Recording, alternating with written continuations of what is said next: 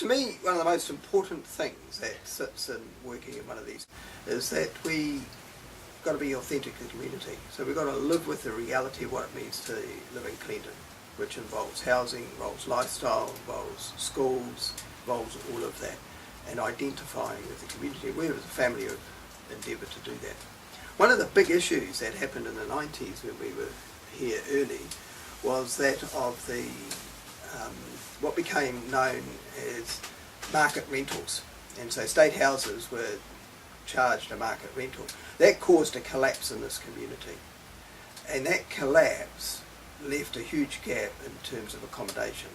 And so we set up a housing trust and built houses that were brick and tile, so they'd have very low maintenance, to help people from state housing rental into home ownership.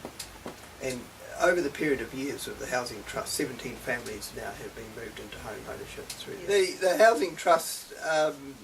I did a deal with Fletcher's for the land.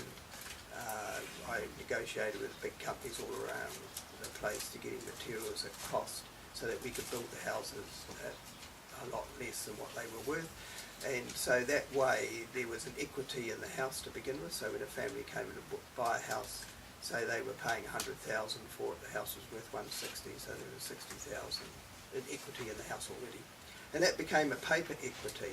So that was written off by 1/5 per year. Only 2 families have actually moved out of that trust since it was started in '96. Here is to also help people take responsibility for their own lives too. So for example, with the work scheme, I employed people to do certain things, so I have a contract with Housing New Zealand.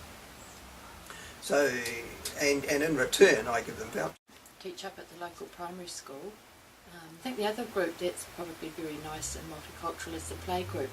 Plunkett, I think, might have made a suggestion initially about the play group, and I think we get funding from the Ministry of Education as well. Yeah, we're not so formal really, it's all done fairly, I mean you have to make applications and things once you decide that's the need, but in terms of going a written survey or anything like that, we've never done that. We've just really listened to we'll just keep our ear to the ground and become aware of what's needed and try to meet. We run a food bank. I ran it for 10 years and then I decided maybe it's enough. Yes. I've had enough. We deliver, and it also gives you an opportunity to actually see the circumstances that the people are living in. Fundraising I do because I just have a natural instinct for it. Like for example, I've just been given the warehouse rang me up and they yesterday picked up $27,000 worth of old Christmas stock, which we're going to sell through Lizzie's Place, give away, do all sorts of things with it. We have 2 Selwyn Centre groups running. On a Monday it is basically a Palangi or European Selwyn Centre, and so it's on the very traditional forms of the Selwyn Centre where the old people come, they do arthritis exercises, have a meal, play games, all that sort of stuff. The PI one's quite different because the old people also bring the grandchildren with them, and it has a completely different ethos and feel about it, and so it's slightly more family orientated, although it's still geared to help these elderly people get out, stay active. Anything that is having resourcing that's coming through government funding like DHB, which Selwyn funding comes through, you've got to be a lot more savvy about your reporting, recording and accountability.